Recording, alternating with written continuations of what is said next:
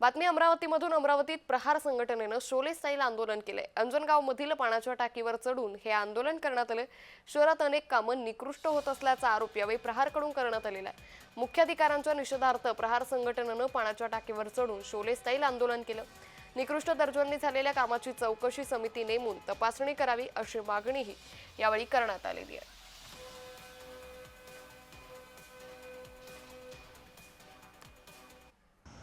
हा जो गावातला कचरा आहे हा कचरा त्यानं तिकडे त्या आकोट रोडवर न्यायला पाहिजे. त्यानं काय केलं, हे इथं जो बांधलं ते नवीन बस स्टँडवर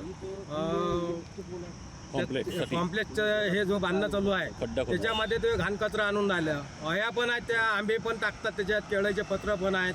त्याच्यावरून आरोग्याला धोका आहे.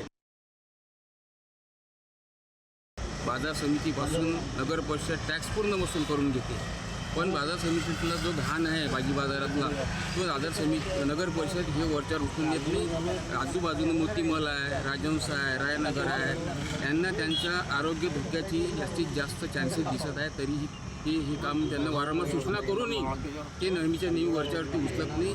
याच्यावर पण या कारणावर असे बरेचसे कारणामुळे आम्हाला हे आंदोलन करायचं भाग पडलं.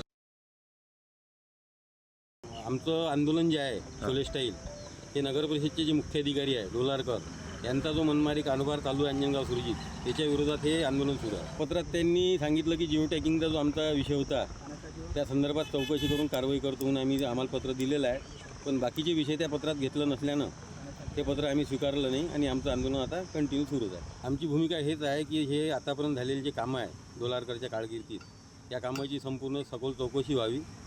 या बोगस कामाला कारणीभूत डोलारकरी आहे. डोलारकरला यात आरोपी केलं पाहिजे, कारण याचंच सर्व पाठबळ त्या लोकांना आहे.